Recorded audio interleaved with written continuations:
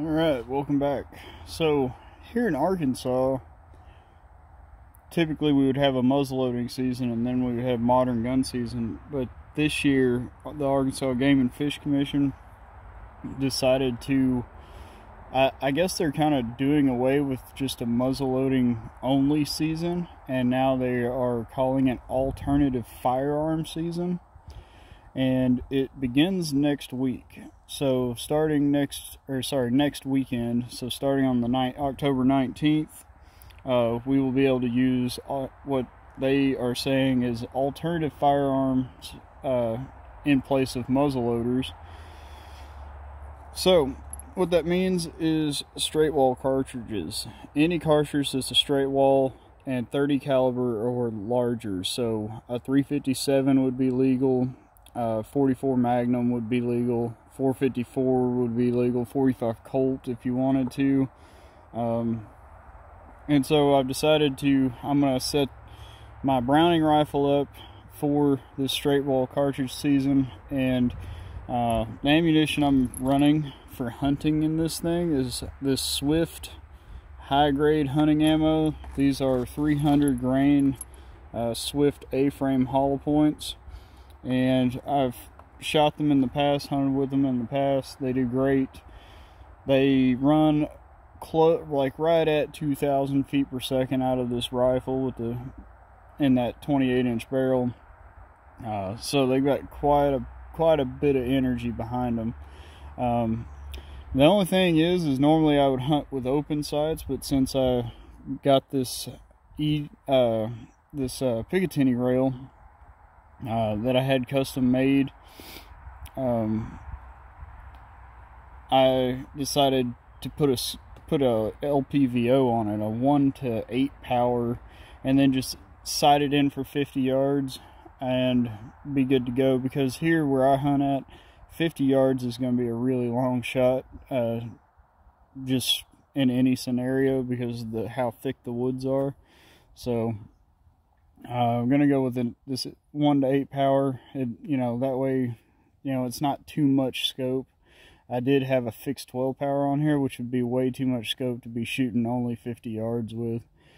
So, yeah, that's what we got going on. I'm going to just get this thing zeroed up and we'll see what happens.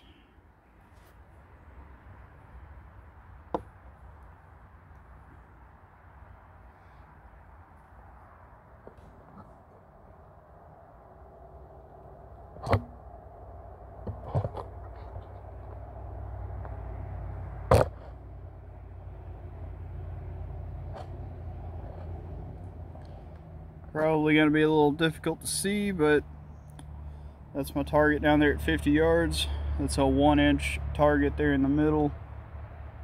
I kind of bore sighted this thing. I don't know exactly how off I am, but hopefully we'll be able to see the holes in the target.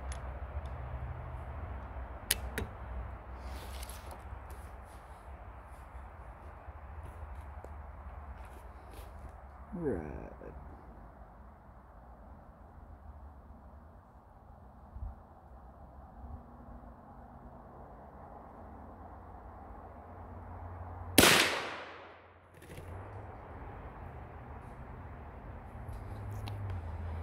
Yep, I forgot I put a steel plate up on that target, and so I was kind of thinking that was what was going to happen. That 300 grain bullet just hit that steel plate behind that sheet of paper there and just ripped a massive hole in it. So it looks like I am shooting a little off to the right, so I'm gonna fix that real quick.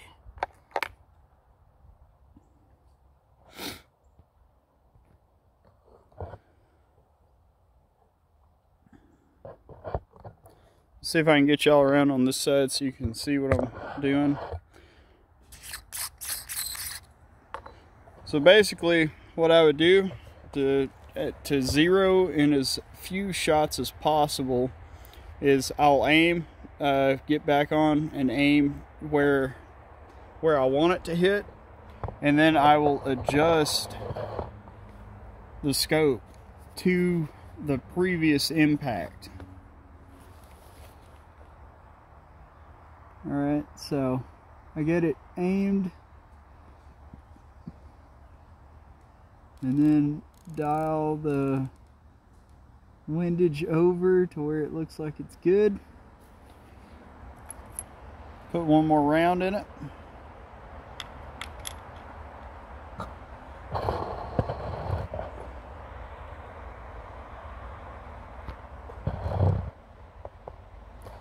See if we can get it dead centered over where I'm aiming at.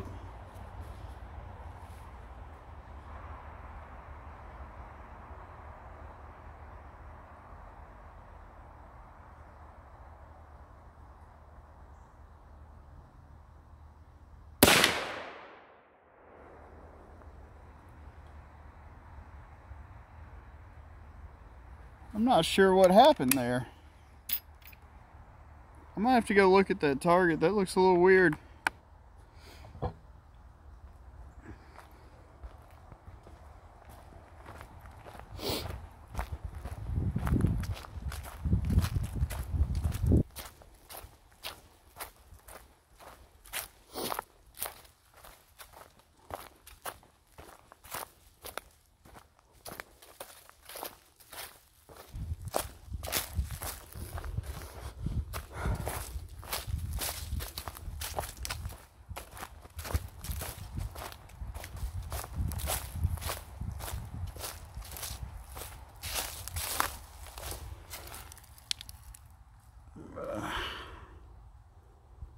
Yeah, that's pretty interesting. So it hit there.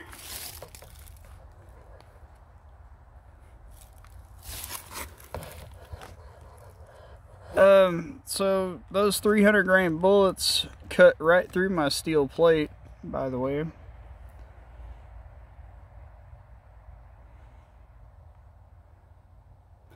Looks like when that one hit, the jacket, look, part of the jacket, I don't know if y'all can see that, but it's sticking out of the hole in that steel plate. Maybe that'll focus for you. But looks like it just kind of blew up and blew back out of my target here. So I'm gonna take one more shot because that was a big difference. You know, we hit low, you know, it hit this high here. All I did was change the horizontal and to get it closer over top of this, and then it hit way up here. So I don't know, these rounds may not be the most accurate rounds to shoot out of this rifle. I may have to go to a Hornady or something, which would explain a lot because I've tried hunting with these rounds before in the past, and you know, I took a shot at a deer.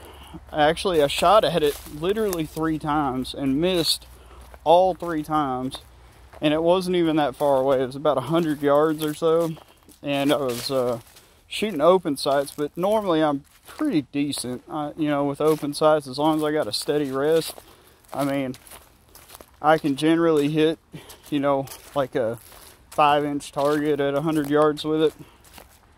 But I don't shoot these rounds at the range because they're so dang expensive. I mean, they're about like $4 a piece or something. So let's put one more round down range and see what happens. If it hits in a wildly different spot than where I'm aiming at, I'm going to try some different ammo, and maybe I'll just use these in the handgun.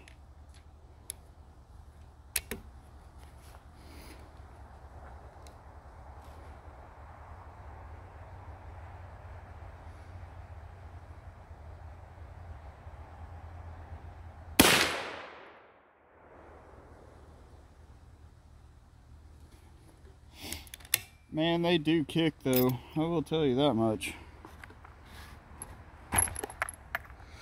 I should have probably took that steel plate down before trying to zero this thing.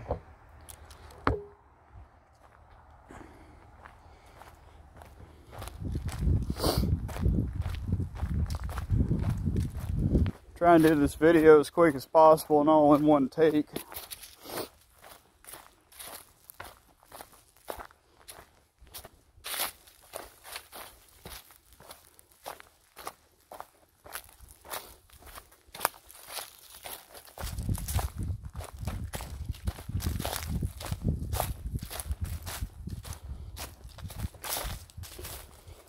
Okay, so that second round hit there. So, or third round, sorry. So 1, 2, 3. Yeah. I guess I'm gonna call that good. We're shooting 1, 2, 3, 4, 5.5 inches high, or well, let's say call it 6. Split the difference. About 6 inches high there, which is fine. I'll just have to keep that in mind. The reason why I can't adjust it to actually hit the bullseye is because that rail, the pick rail that I've got going on that scope is 70 minutes of angle. Yeah, this was my long range target, you know. Well, damn, that's hot. Of course it would be. But clearly not rated to stop 454 Casull, even though I've hit this thing with 308 a few times, you know, at like 1,000 yards, and it doesn't even like scratch it. But 454 at 50 yards apparently is still, I don't know, I guess the sectional density is high enough, it just punches right through it.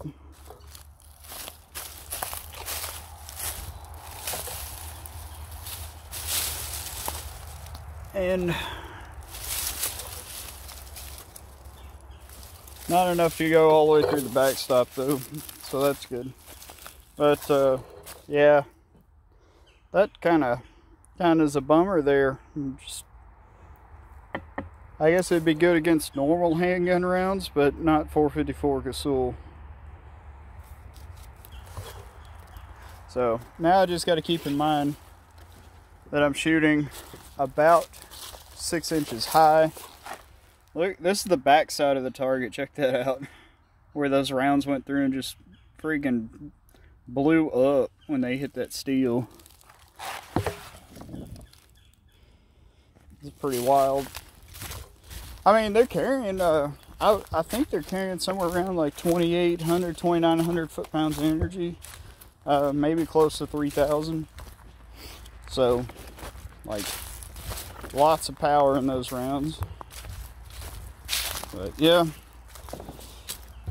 we'll call that good, and then I'll just know that, hey, at 50 yards, this thing's shooting 6 inches high, so I'll just have to aim a little low. Anyways, I want to thank you guys for watching. If you want to support the channel, you can join, become a member below, and we'll see you next time in the next video. Thanks for watching.